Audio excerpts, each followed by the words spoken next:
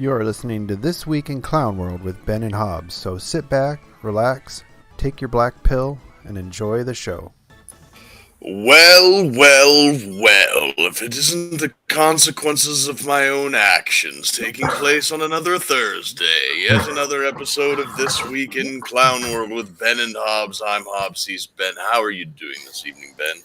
I'm doing well. Just still glad I'm not a Russian or a Ukrainian.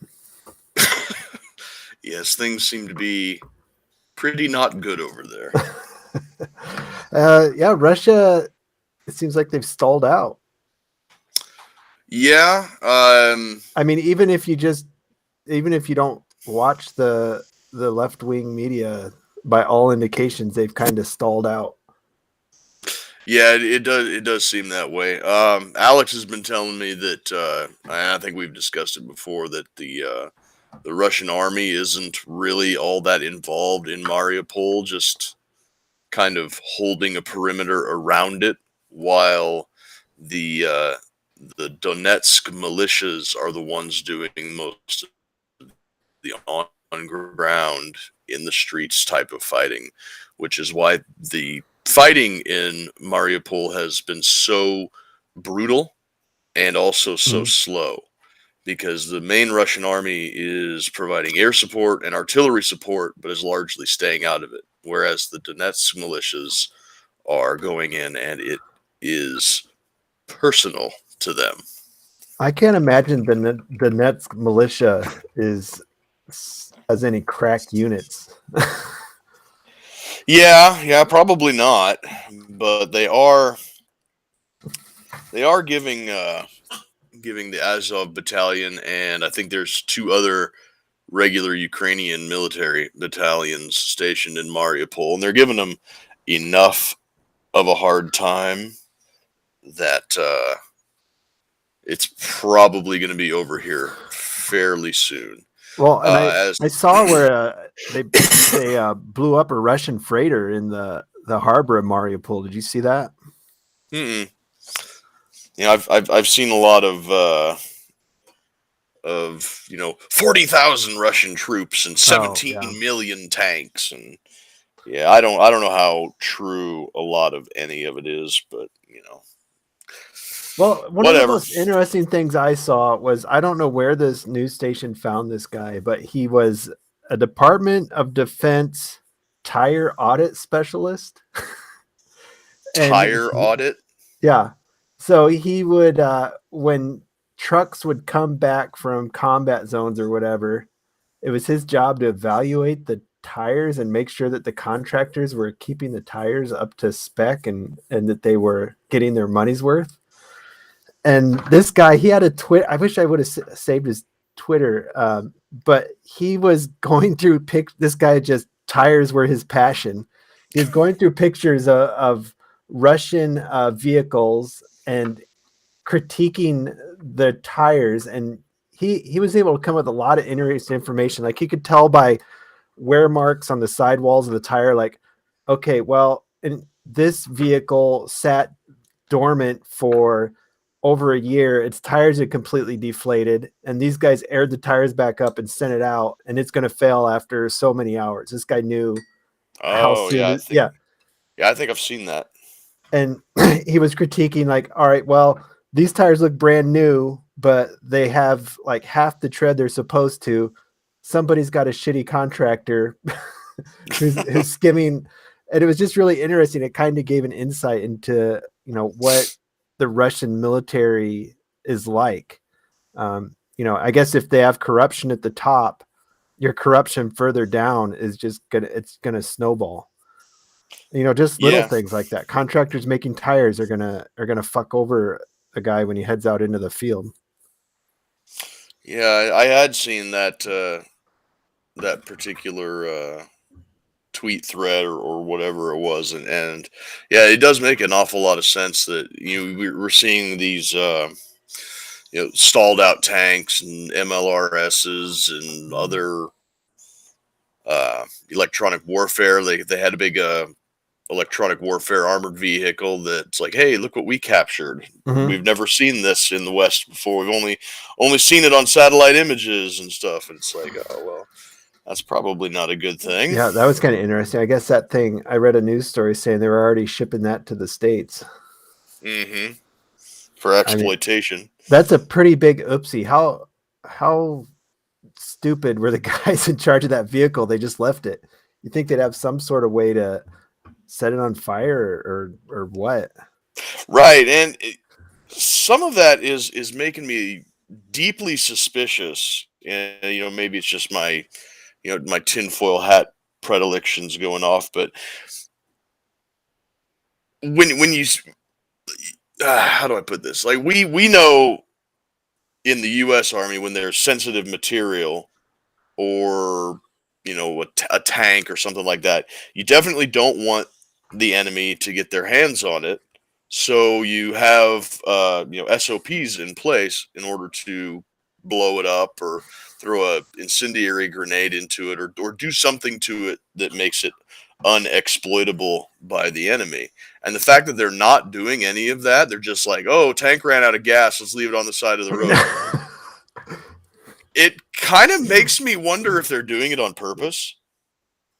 Like they want us to find this stuff. They want us to, so we're exploiting this electronic warfare APC thing. We get it back. We think we figured out all of its secrets. It's like, haha, you got a dummy. You haven't figured anything out. I don't know. Maybe I'm just reading too much into it or giving them too much credit or whatever. I don't know. Or maybe the troops are sending in just are so low on their give a shit meter. They're just like, fuck this. Yeah, true. Well, and I read in, they keep saying they kill all these generals, Mm-hmm. and people are like, well, how are these generals getting killed? Shouldn't they be at the rear? But the Russian military command structure is a lot different than ours, where you have a lot of leadership it's more spread out, whereas the Russian leadership it's all concentrated at the top. You know what I mean? Yeah. And that's a carryover. I mean, It's very, very command focused. The U.S. military has been, what's the word you would use for it? Diversified like that in their leadership since pre World War One. I mean, that was one of their big advantages in World War II. Yeah, there's a guy that I follow on YouTube named Bill Whittle, and he's said this a number of times about how in most militaries in Europe and Asia, Russia, China, etc., if you want to get anything done, like you want to call in an airstrike, you got to call up to your sergeant, and then your sergeant has to call your lieutenant, and then your lieutenant has to call your company commander, and then he's got to call battalion, and the battalion's got to call the air wing that's attached to to your unit. It's got to go through all of this chain of command until you can finally get an airstrike. And by the time you get your airstrike, it might be too late. Target might have moved, or the unit that's trying to call it in might have got wiped out because they needed the support. Whereas in the U.S. Army, buck private on the ground calls up, says, hey, we need close air support at grid coordinate XYZ. Here's my initials. They're like, okay, we'll put your initials down.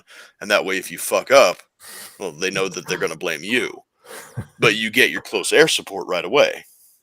So Well, that's one of the big advantages that our military does have. and I wonder if other countries are designed that way to prevent uprisings among their military. It's possible. I mean, what would be the disadvantage of having a decentralized military then that a command centralized one would have? Well, it kind of comes down to the idea of a high trust society. Mhm. You know, in our military, we have a professional, all volunteer army that you can get drummed out of. But we also have kind of a high trust society. So the idea that a private is going to call in an airstrike and like try to assassinate his chain of command with an airstrike, it's not something that we really have to worry about here in our military. You know, maybe they have to worry about that sort of thing in foreign militaries, and that's why they keep it, they keep it centralized at the chain of command. And the other thing that might be an indicator is the idea of like combat glory, right? Mhm. You know, do you really want some dumb conscripted private to take the glory that, calling in an airstrike and taking out a high value target? No, you want your brigade and company and battalion commanders to have that prestige and that glory. Well, and it doesn't happen a lot, but in a decentralized one, I suppose I could see where, general assault this hill goes down to the Mhm. battalion commanders. All right, we're going to assault this hill, and everybody does it. Well, maybe in a decentralized one, general assault this hill goes out to battalion commanders. All right, hold up. This might be fucking stupid, general. I mean, you're not going to get that pushback in a centralized command structure, I suppose. And there were Yeah, instances of that happening in World War II, Vietnam, et cetera, where a lower down the chain officer will not follow an order and send it back up the food chain that this information here shows that this would be a bad idea. yeah. But what do we have here? Someone unrelated. What about the deterrence dispensed launcher? Oh, the Panzerfaust. Yeah, I just saw that video a little bit ago. A friend of mine tagged me in it. So deterrence dispensed is the 3D printing uh, collective or Okay. whatever you want to call it, Yeah. and they've recently come up with the plans for essentially it's like a 66 millimeter recoilless rifle, Hmm. and they're calling it the Panzerfaust. It looks like an RPG launcher, and they say that it's for launching soda cans This and is hold whatnot. on. I think I just got a quick video of it here. Probably. do we dare share this or? Why not? It's just a video. All right. Uh,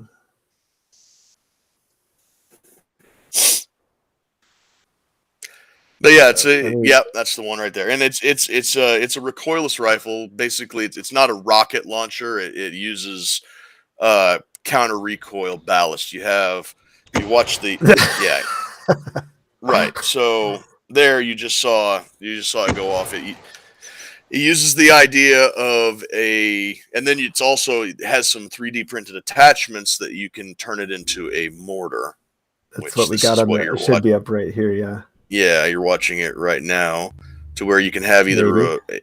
a Oh, recoilless there it goes. rifle or a mortar, and which is cool. It's awesome, and yep, and there's a picture of it. So I guess it's like 3D printed, or the majority of it's 3D printed, and simple hardware tools and hardware Um. store supplies. Did this come out of Ukraine or they designed it? No, this is defense distributed. This is the uh it's Sure. just Oh, like okay. I remember those guys. a yeah, they're Jay Stark, the guy Yep. that died recently. He was one of the co-founders of it, and it's just It's it's similar guys to an that IRA prig. yep, exactly. The IRA It's would know. Yep. It's like I was saying, it Let works. me see It's if not I a can find a rock. picture of a prig. I'm gonna guess most people here know what a prig is, but uh, Yeah. hold on. Whoops, wrong. Here we go. Yeah. Yeah. That's It's the a. IRA prig. It was like a can and a hose clamp. Yep. Huh. And it works by, rather than having a rocket motor that propels an explosive charge, Mm. what you have is you have a tube, and in the center of the tube you have an explosive charge, and in front of, and in the muzzle end of it you have your shaped charge projectile, and Oh, that then got us in hit with a Facebook no-no. of course it did, whatever. But then behind it, behind the explosive charge, you have like a powdered substance. It's called a ballast, Mhm. and it weighs the same as your explosive or Sure. your projectile. So when the explosive charge goes off, it blows your shaped charge warhead out one end, it blows the powdered ballast out the other end, and the weapon has no recoil at all because the two cancel each other out. Yep. So that's how that works, and that's why it looks like it does, with like huge puffs of smoke coming out of both ends. Because it's got like what, smokeless powder in it, or Like probably black powder, or a low grade powder, something that's not going to cause a ridiculous amount of pressure, because it is just basically a plastic tube. so what are they? What are they launch? I mean, hypothetically, I wonder what a person could launch in there.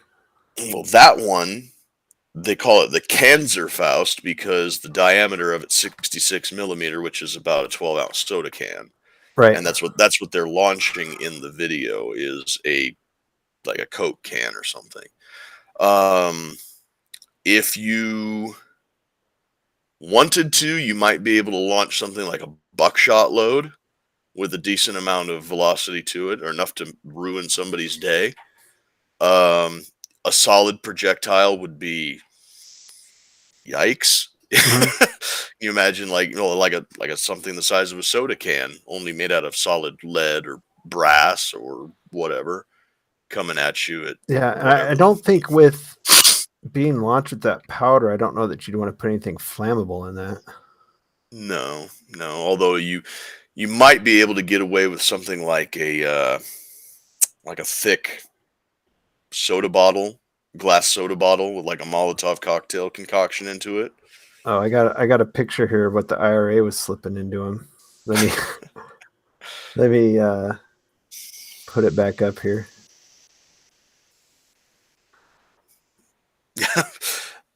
Soup can with what, like a shaped charge or something in it? Looks like stabilizing fins. Yeah. I wonder what's in the can. The warhead. Let's see here. Standard food tin filled with 600 grams of Semtex, Ooh, wonder what the detonator was. complete with an internal front metal cone creating an armor-piercing shaped charge, designed to Yep. explode on impact. Huh. Known as a drogue bomb, which after releasing the fly-off lever ejected a stabilizing drogue made from a trash bag. Man, those guys were thrifty. Yeah. Yeah, they were making launchable IEDs The Irish. up the raw. Yeah. So anyway, Uh, what else in Ukraine? That's about it, I think, isn't it, for the weekly clown war? yeah, weekly clown war. They're still surrounding Kiev. Um, Propaganda war is in full push. Um, don't believe anything that's coming out from either side. They're Yeah, just playing on everybody's confirmation biases. well, and I think the Western media is more than happy to just outright publicize false things because it's Mm, considered part of a war. So it's an information war at this point too. yep, So if they do publish something false and they get caught at it, they'll just be like, "Oh well, it's part of the information war." yep. And of Taliban course watching they'll, this right then. yeah, yeah, exactly. Write it down. Write it down. But yeah, it's the media. Anything that makes Ukraine look good, they'll post it. Anything that makes Russia good, they'll bury it. Well, and Russia's just Because throwing out bullshit too. Both sides are. yeah, but our media is all about look look at how black and white. This is like a Marvel movie. Voldemort is coming for Ukraine warts. Why couldn't there be some country that's middle of the road that would be covering this? I don't like Al Jazeera. I mean, is the Arab world took a side in this? Um, I don't know. I think they just want to sell their oil, Yeah. sell their oil, and buy our guns. Well, and I saw Russia is now requiring payment in rubles from people that buy their oil. Did you see that? Yeah, yeah. It's almost like Putin is a strategic genius and not a complete madman like they want us to believe he is.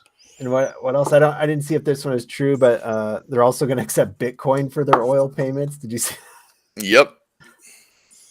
Right. The idea that the United States is going to slap sanctions and ban the importation and purchase of a commodity that everybody needs and they have when we have the currency that it's traded in, that is only going to hurt us long term. Yeah, I guess the only good outcome is, depending on your thoughts on globalism, it might put a slowdown to that because people realized if we depend on the globalists for everything, they can just cut us off when they feel like it. Yeah, it is waking a lot of people up to just how much control can be exerted when they want to. The only official statement I've seen is the one where the Taliban basically told Putin to calm down. Boy, Yeah, when the Taliban's telling you to calm down, boy. yeah, the Taliban also has said that yeah, girls aren't going to be able to go to school after all. So, you know, you win some, you lose some, I guess, when you're dealing with the Taliban. What are you going to do?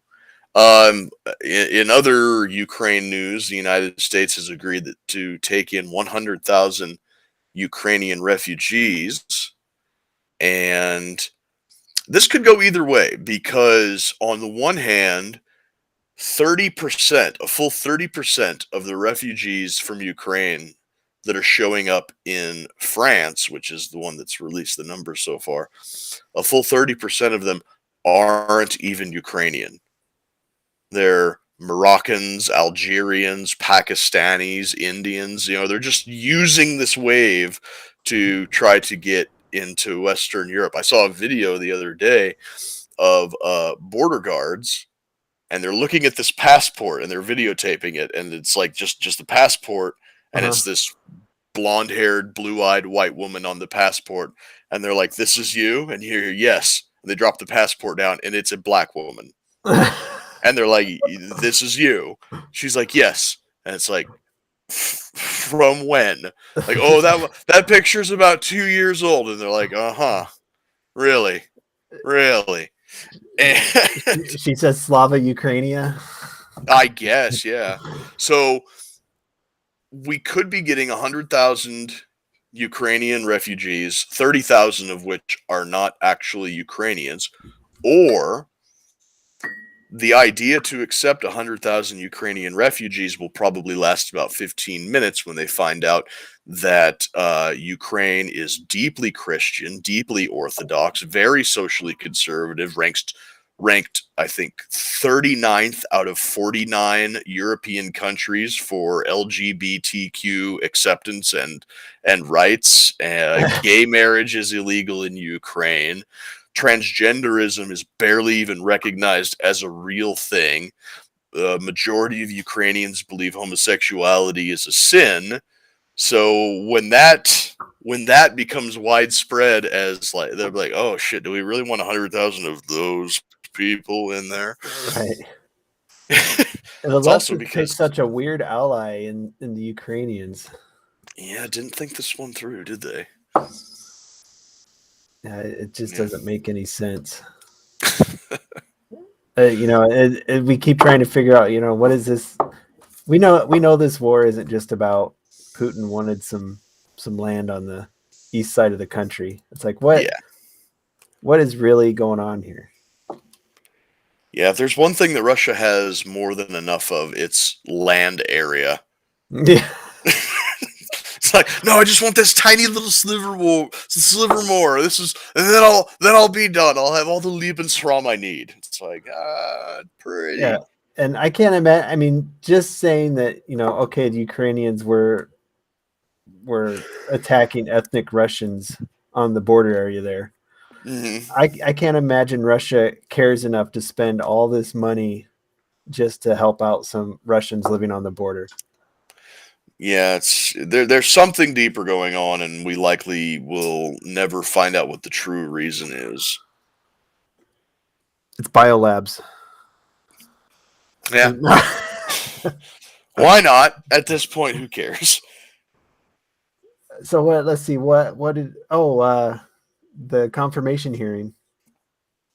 Ah, yes, the confirmation hearings of the black woman. Which black woman doesn't matter, as long as it's a black woman. But they had to go out and they had to find the nonce simp, the simpiest nonce ever, and a biology expert. No, she's not a biologist. Yeah. She admitted as much. Is it raining, Judge Jackson? Oh, I don't know. I'm not a meteorologist. Yeah, that whole. Well, I think she's going to get in. Oh, of course she is. Of course she is. Yeah, they're going to say that all of the things that are being brought up, the very legitimate complaints that they have about this woman's credentials and her jurisprudence and her methodology in determining whether or not something is square with the Constitution, all of that is going to get swept under the rug because they're going to use the R word. And I'm not saying retard. Well, and I don't know why Biden did this to her. Even if she didn't have these nonce issues, why would he set her up for failure by just saying he's going to hire a black woman? I mean, if she's that good, just let her get in on. I mean, she seems like she has a lot of credentials as far as her career, aside from her weird sentencing and whatnot. Mm-hmm. So just saying that she didn't have those against her, automatically she's going to look like a diversity hire because he said that. I think he did a disservice to her by saying that. Right, yeah, we joked about it, I think, in last week's show, where I was like, if you're going to go for an affirmative action hire, you don't say that they're the affirmative action hire. Because you could be the most credentialed and highest rated person in the job, but you say some shit like that and it brings your credentials and your professionalism into question. It puts self-doubt into your mind if you are the person being interviewed and hired. And it also instills a sense of resentment into the people who you will be, managing over or making rulings in favor of, because the doubt will be planted there in their heads. Like, now, is this person really supposed to be here? Or are they just here because they needed to check a box? Yeah, scientific libertarian. That's okay. The word woman isn't mentioned in the Constitution. Yeah, I didn't see the situation where that line of questioning came up. What were they? Did you see what they were? Why were they asking her that to begin with? It was Senator Marsha Blackburn, and it's really just it's a string of questions that is designed to trip this person up, because and she took the coward's way out. People were like, oh, she's so dumb, she can't define a woman. No, she's not dumb, she's a coward. And she took the coward's way out because she knew that no matter what she said, it was going to piss somebody off. If she told the truth, or the truth that she believes, that a woman is anyone who says she's a woman, then it would have made her look like a crazy person to the overwhelming majority of the American people, because the overwhelming majority of the American people are not on board with this weird, your gender can be whatever you want it to be, frame. And if she said that a woman is a biological human female, it would have pissed her left-wing base off, who, as we've seen, will try to tear down the doors of the Senate chamber to get at a Supreme Court nominee. So she wiggled her way out and be like, I can't answer that in this context because I'm not a biologist. It's like, fucking weasel. Yeah, so she took the answer out that pissed off both sides pretty much. Exactly, yeah. Yeah, she could either piss off one side or piss off both, and she chose violence today. Well, and what came up with what was the nonce issue with her? Did you see that? Yes, Senator Hawley was the one that was spearheading the charge on that. That guy's kind of creepy to me, but yeah, every once in a while he's kind of like Ron DeSantis to me, where when he's right, my God, he is on the ball, but then he like goes too far. It's like, you ruined it. You ruined it. Or he does something else that's just like, come on, man. That's authoritarian nonsense. You don't want to go there. But yeah, he was the one spearheading this, and he went back through her case files and found everything that was involved with child porn and with sexual assault involving a minor. And he looked at the sentencing guidelines, looked at what the prosecution recommended, and then what she ended up actually giving them. And she has like 47.3% under the prosecution's recommendations. There was one particularly nasty case where it was an 18-year-old kid, and he was in possession of several hundred pictures and videos of children 8, 9 years old. And I think the sentencing guidelines was something like 4 or 5 years. The prosecution recommended 24 months. Judge Jackson gave the guy 3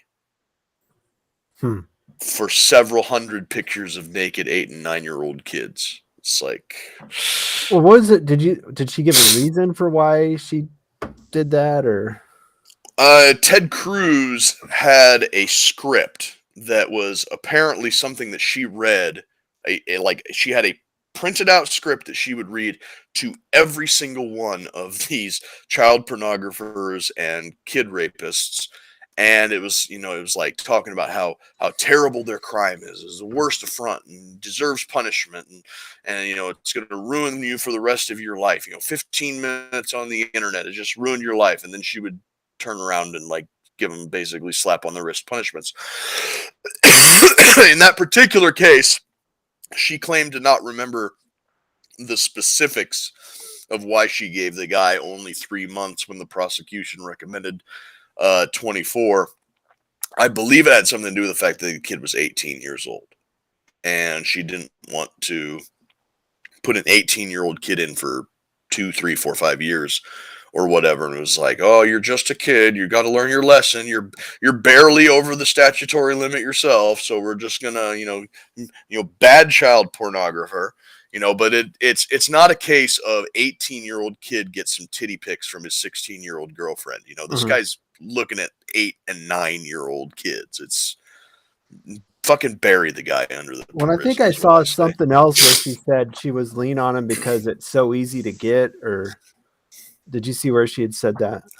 Yes, that was something that was not in today's hearing, but I think it was either yesterday or the day before. It's like it's so easy to find child porn these days that 15 minutes on the internet and you've got hundreds or thousands of pictures, and extrapolate that out to any other crime. It's what we got. A couple comments here. She also sent the Italian Piegate. Oh, the Pizzagate. Yeah.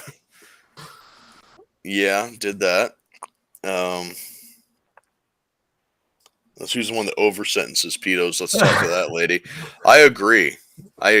Whoever that person is, that should be up there. It's like, you're everything else is shit, but you want to bury pedos.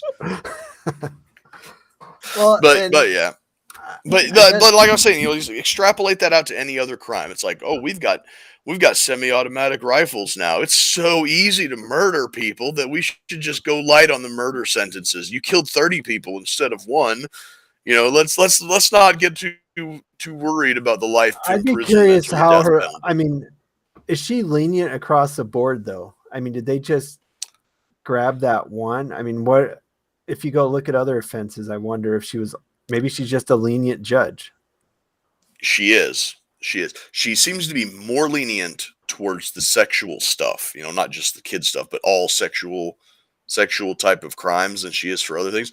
But as far as soft on crime goes, she is a very soft on crime judge, and I think that might be what the Republicans are maneuvering towards right now. They're bringing up this one thing, you're lightly sentencing child molesters and child pornographers. What is up with that? And they're going to hammer it and hammer it and hammer it. And it's going to make the other side of the aisle admit, no, it's not just kitty diddlers. She's soft on all cry. Oh, crap. Yeah, the soft on crime thing is kind of a big talking point right now. Yeah. So it's political maneuvering, I think. What would a soft on crime Supreme Court judge be like, though? I mean, what cases do they hear a lot? I mean, maybe somebody soft on crime when it comes to the Constitution might be a benefit. I don't know. Yeah. I don't know. It's anybody's guess. They mostly see, constitutional cases regarding the law. Every once in a while you get something that gets appealed up to the Supreme Court, but that's not so much happening anymore. Can we say Pizzagate without a Zuck? Yeah. We're already not on Facebook right now, so Was that? I didn't really know much about that Pizzagate guy. Was he a QAnon follower? Is that how he got suckered into that, or? I think the Pizzagate thing happened before the Q thing, so he kind of like a proto Q guy. He's a conspiracy theorist in the Chan boards or whatever, and believed that this pizza place, which had a lot of weird art on the wall, was like a secret sex dungeon underground, and he was going to go down there and free the kids, allegedly. Well, I mean, I guess good thing she was lenient to that guy. It sounds like he was just a moron who was a well-meaning moron.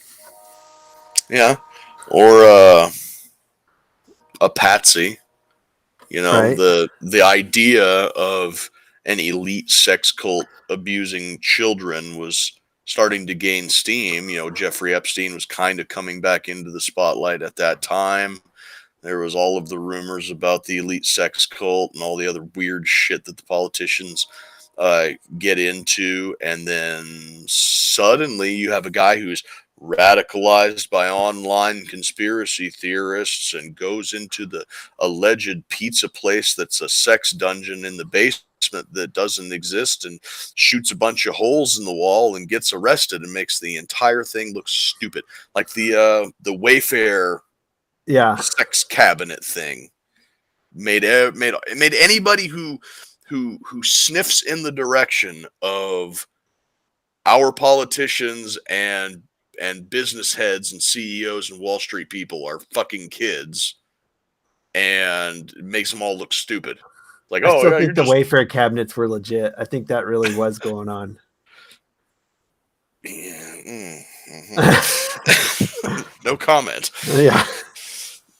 So let's see. My theory is that he was a pseudopatsy, something to delegitimate. That's exactly what I just said. Yep. That's exactly what I think happened. And then the old Epstein came out after. I mean, it's probably all FBI set up again. Yeah, more than likely. Speaking of Epstein and sex cults and whatnot, have you heard anything about this this guy that like started up a sex cult in his daughter's college dorm room or something? No.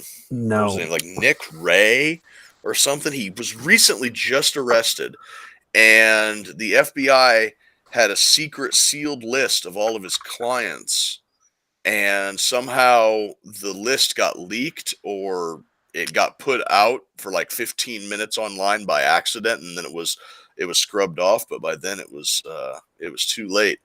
And there was like a circuit judge in New York and several high-ranking businessmen or whatever. And this guy was he was running this out of his daughter's college dorm room, and he was using his daughter to recruit her friends. Jesus is like Nexium all over again, huh? It's exactly what it is. He was using psychological and physical manipulation techniques to get these women to self-incriminate, engage in prostitution, steal money from their parents, do all sorts of stuff. He ended up embezzling like $5 million from these girls, and these girls would like hook themselves out or steal money from their parents and give him the money and stuff. Yeah, it's crazy. But he had a printed client list though. Mm-hmm. Huh. Yeah, it's like 121 names, and it was supposed to be in the sealed FBI report, but somehow it got out. Yeah, why couldn't that have happened with Epstein? So many people had that. All they had to do was just leak it. But well, we've seen his black book. Yeah, it's all redacted. Yeah. Takes way less than 15 minutes to be permanently caught in 4K. What? No, but I was looking at this story here. Lawrence Ray is the guy's name. If anybody wants to look it up. Yeah, Lawrence Ray. And the title, it's off Daily Beast. Dad who allegedly ran sex cult out of daughter's dorm room used violence to get what he wanted, feds say. Yep. It doesn't say anything about his leaked list, so it must, just glancing over it, it's exactly like that Nexium thing. He got his daughter to recruit some other girls to be his lieutenants, and then they would get other girls to in on the cult. Yeah, it's like Avon, only with sex and degeneracy. An MLM. Yeah, that's the one. MLM scheme. Everybody's looking for the MLMs when it comes to like vitamins and diet supplements, but they're not looking for it when it comes to a sex cult. This sounds like an MLM. No, it's just a sex cult. Oh, well then, sign me up. Yeah. So you know who he's a freshman congressman. I don't know where he's out of, but he's getting to be kind of like the anti-AOC. Madison Cawthorn. He's a veteran. He's in a wheelchair. Oh, the dude in the wheel. Yeah, he's always saying spicy shit. Yeah, he's like 26 years old. I watched a video interview with him today about how corrupt is DC, and I'll send it to you. It's actually a pretty good interview, and they were talking about House of Cards, that Kevin Spacey show that was on a few years ago, and he's like the only difference between House of Cards, the only unrealistic thing about House of Cards was how fast they got bills passed in the show. He's like all of the weird sexual degeneracy and everything. He's like, I'm a 26-year-old guy in Washington, D.C., when the average age is like in the mid-60s. And you'll be at the end of the workday, and one of your colleagues will come up to you and be like, hey, we're having a little sexual get-together at such and such's house after work. And it's like, you're having a what?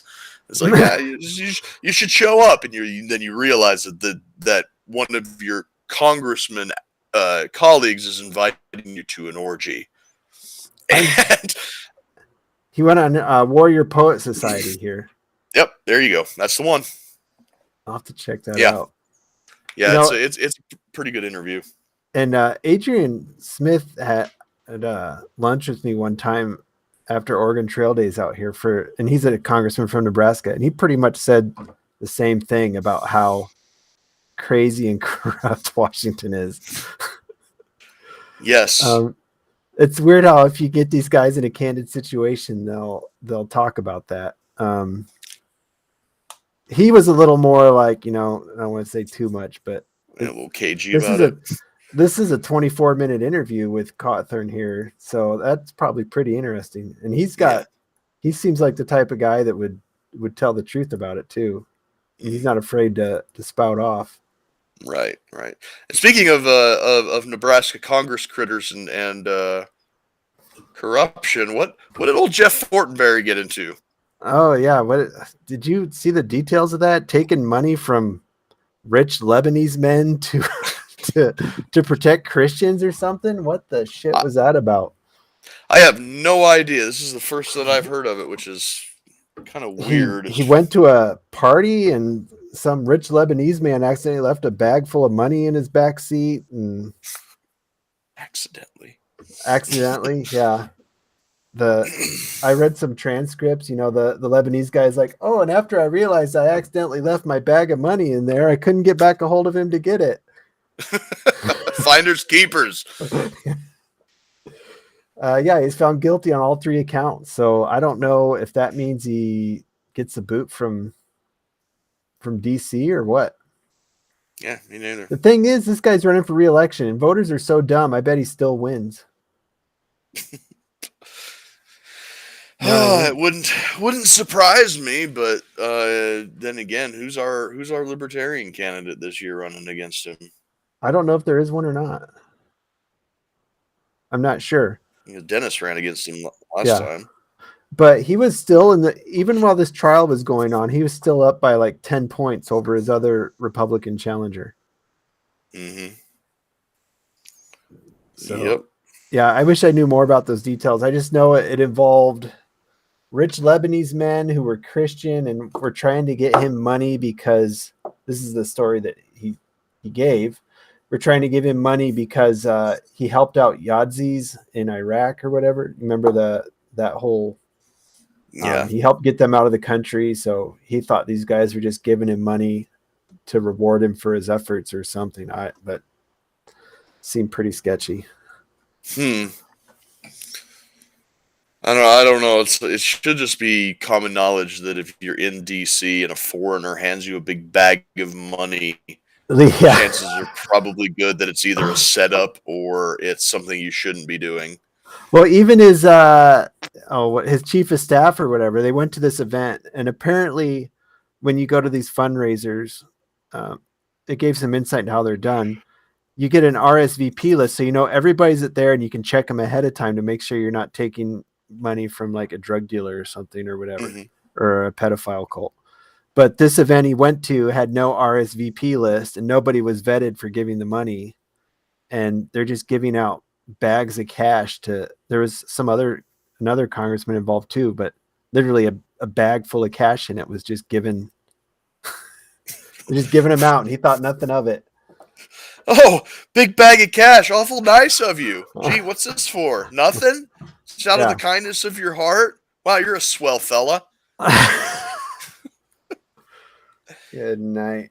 Yeah, that's our Congress people for you. He probably flew back to Washington D.C. and went to an after-hours sex orgy.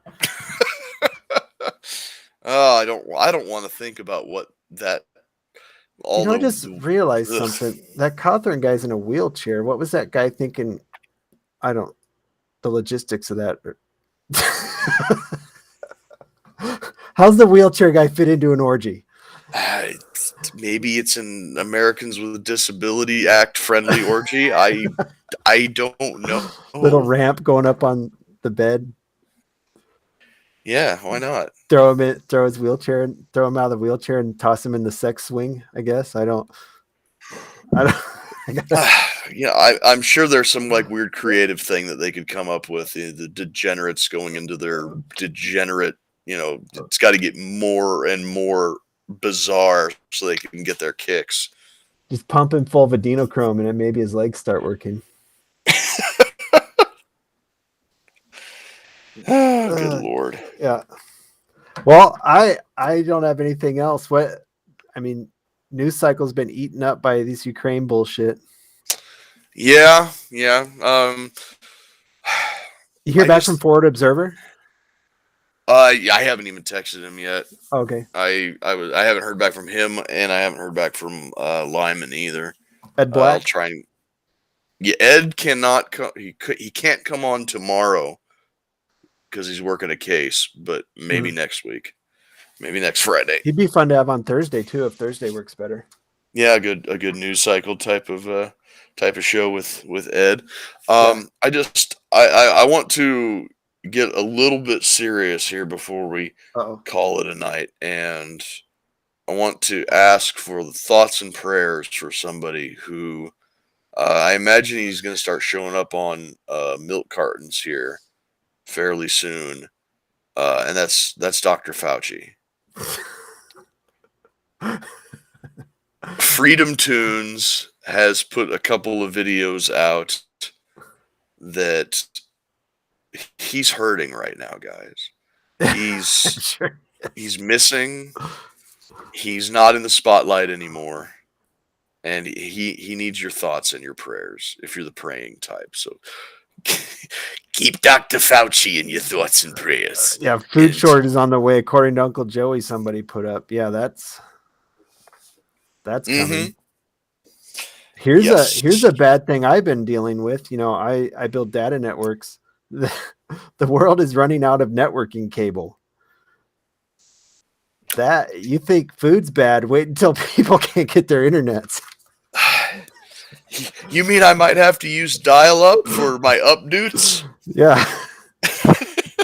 I mean, you run out of food or water, you can take a bucket down and get some water or go shoot an animal. You can't go shoot you a bunch of internet in the woods. Yeah. How am I going to get my dopamine hits if I don't have my network cable? Imagine what will happen in the cities at that point if they run out of networking cable. But yeah, that's coming down the way. And the stupid thing, it's not the copper, they're out of copper or anything. It's the chemical used to make the jacket on the cable. They're not able to get it out of China or wherever. So plastic? Yeah, they put a special chemical in the jacket of the cable due to international building codes to keep it to make it low smoke. Huh. Well, you know, there's probably like rubbing their hands together going, oh, now's my time to shine. And that's Elon Musk with his Starlink. Yeah, no wires here, right? Exactly. Everything wireless. Yep. Elon, and the food shortage, that's on Ukraine and Russia. I'm sure Russia's not afraid to starve the world. They're already tits up on their funding at this point. But, yeah, we'll see how it shakes out. They got a real opportunity though to be the good guy because spring is coming up, planting season is coming up, and they could come out a little bit better and be like, hey, listen, I know we got a war going on here, but we're not going to blow up a bunch of farmers trying to plant the food that feeds the world. So you guys, as long as you don't run military equipment through these fields. And you give us our fucking tanks back that you towed off. They're going to be plowing their fields with tanks. Shit, yeah. That sounds fun. Yeah, and the food shortage won't affect the states. I mean, we've got plenty of food here. The other countries of the world might be a little bit fucked, but we'll be fine here. Yeah. For those people that rely on Russian and American grain, sorry about your luck. It's definitely going to get more expensive though. Mm-hmm. That's going to suck. Yeah, planting season coming up now. How are the Ukrainian farmers going to grow tanks? You dig a hole, you put it in the ground, you cover it up, you water it, boom, tank. Yeah, that's how this works. That's what Michael Bloomberg told us. Yeah, that's how this works. When a mommy tank meets a daddy tank, then you get stuck step tractor. All right. Well, you said next week maybe we'll have Ed Black on then. Yeah. I'll shoot him another text here soon, and then I'll try and get in touch with the Forward Observer guys and Lyman and see what's going to come up with that. For those of you who don't know who Ed Black is, go search "I Survived the Kali Yuga" on Facebook. Yep. Is he on Instagram? Because I'm always surprised when he isn't kicked off Facebook. He is. He has an Instagram account, but he never uses it. He is on. There's a comic publishing called The Duck webcomics. The Duck. Okay. Yeah, I don't know if it's the Duck or Duck Webcomics or let me just look it up here real quick. Tank Shoes. It's the Duck Webcomics.com. One word. And he's on there. Okay. And he's on there. Yep. So find him there because he'll get kicked off Facebook any day now, probably. And we'll try and get him on next week. Should be a fun show. Yep. Check out all our socials. Rhodes #2 Liberty on pretty much everything: Facebook, Instagram, Rumble, YouTube. We're all there. Talk to you guys next week.